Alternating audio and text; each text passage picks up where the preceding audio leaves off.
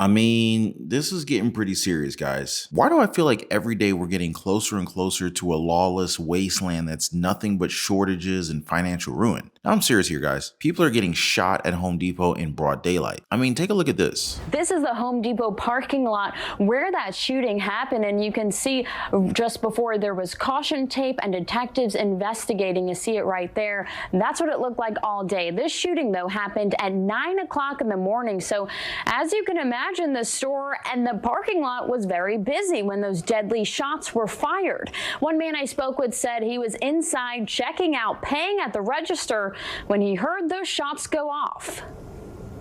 That shot, he did boom, boom, boom, boom, boom, boom, 20, come on, 20 shot. Oh my Lord, what happened? Can you guys believe this? Right in the middle of the day, someone gets shot at Home Depot's parking lot. Like, what is happening? Now, at this point, I'm not really surprised anymore. A part of me even thinks that this is all on purpose, like a pre-calculated scamdemic, really. All you need to do is look at the number of CEOs that have walked away from their companies, and you can bet that most of them left with a lot of money. Meanwhile, their companies died. Now, I hate to say it, guys, but almost every single day, it's feeling more and more like a planned takedown of America. You know what I mean? Just drop me a quick amen in the comments if you guys understand. Wegmans is closing one of their largest stores after only 5 years. Popular toy store, the Creative Apple, is set to close its stores after 40 years of business. Grocery chains are closing stores starting June 23rd. Now, these are real honest to God headlines, you guys. So that's why I thought that we should talk about this and kind of get a handle on the financial landscape and the retail situation, you know? Let's get into all the big updates in today's video. We're also going to get into these big retail chains closing shop and the real reasons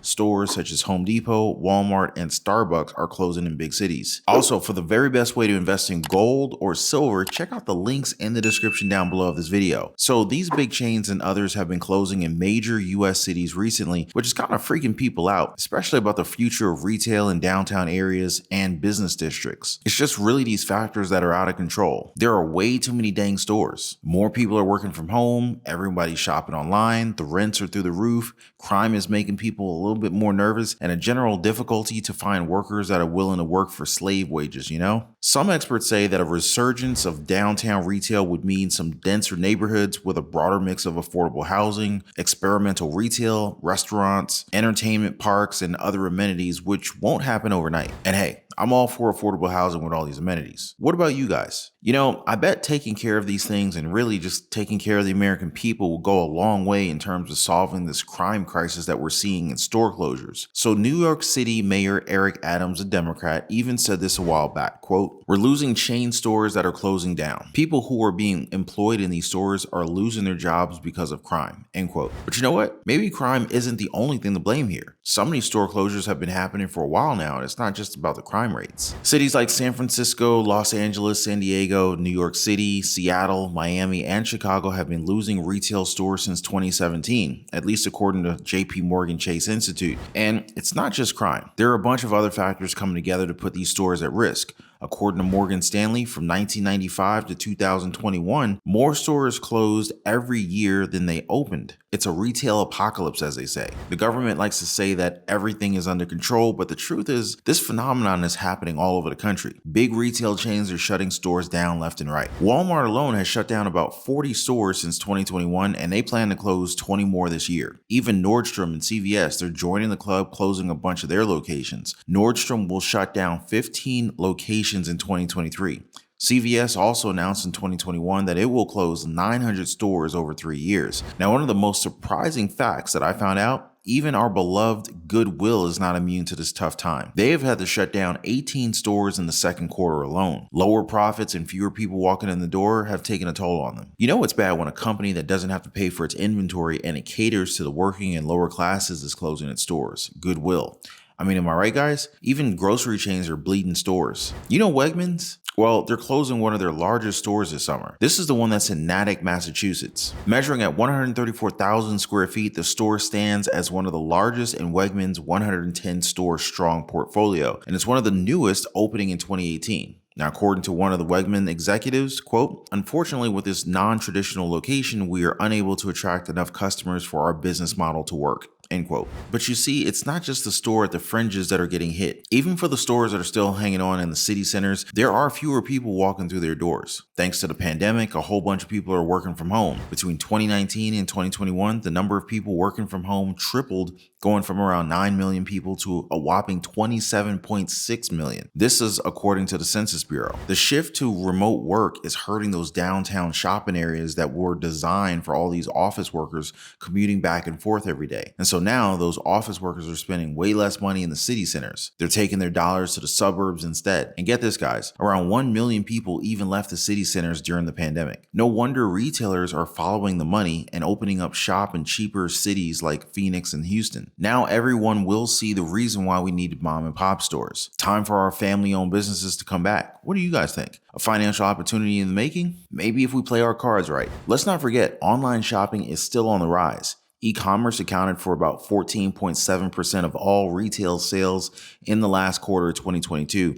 And the pandemic, it just made the trend explode even more. So really, it's no surprise that certain types of stores are actually getting hit harder than others. Clothing, shoes, accessories, vitamins, electronics, those are the ones really taking a beating. And sure, while crime isn't the main culprit, it definitely has been playing a part. Retail shrinkage, which is a fancy term for losses from theft and other reasons, it hit a whopping $94.5 billion in 2021. Now that's a 53% jump from 2019. Yeah, most of the shrinkage comes from shoplifting, but it also includes employee theft and other losses. It's just crazy if you think about the big picture here. The whole world goes into lockdown and people are stuck in their homes. To ease the pain, they're given a little bit of stimulus money, a little bit of pandemic cash flow, if you will. But you know what happens? Panic buying takes over like there's no tomorrow. People are hoarding goods like there's a zombie apocalypse right outside their doors.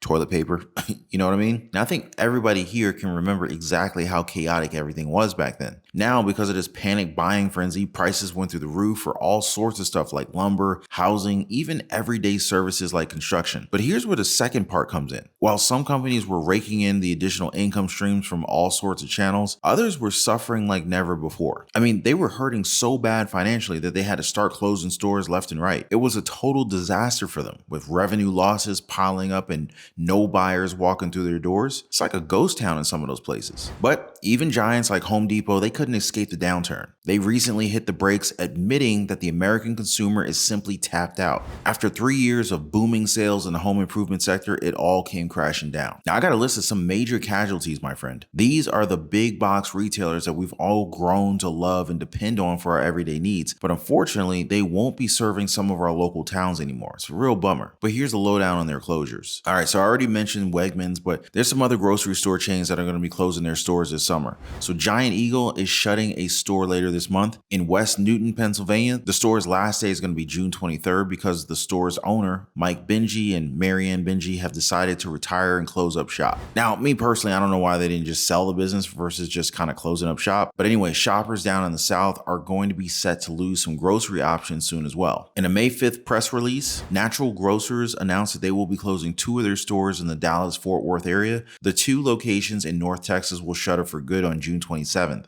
Oh, and Kroger. This grocery retail chain is feeling the pain. They're waving goodbye to hundreds of locations because they've been bleeding money for a while now. Now, the big question is, where will these cities get their groceries from? Another big one, and you guys may know this toy store. It's called the Creative Apple. You guys know this one? So apparently they could not bounce back from the pandemic. Plus, they said it's been difficult competing alongside retail giants such as Amazon. So now customers only have days remaining to make their final purchases as the store is due to close in the middle of June. So here's some other names on the list. So Burger King, say goodbye to 400 Burger King locations this year alone. That's a lot of flame broiled goodness gone.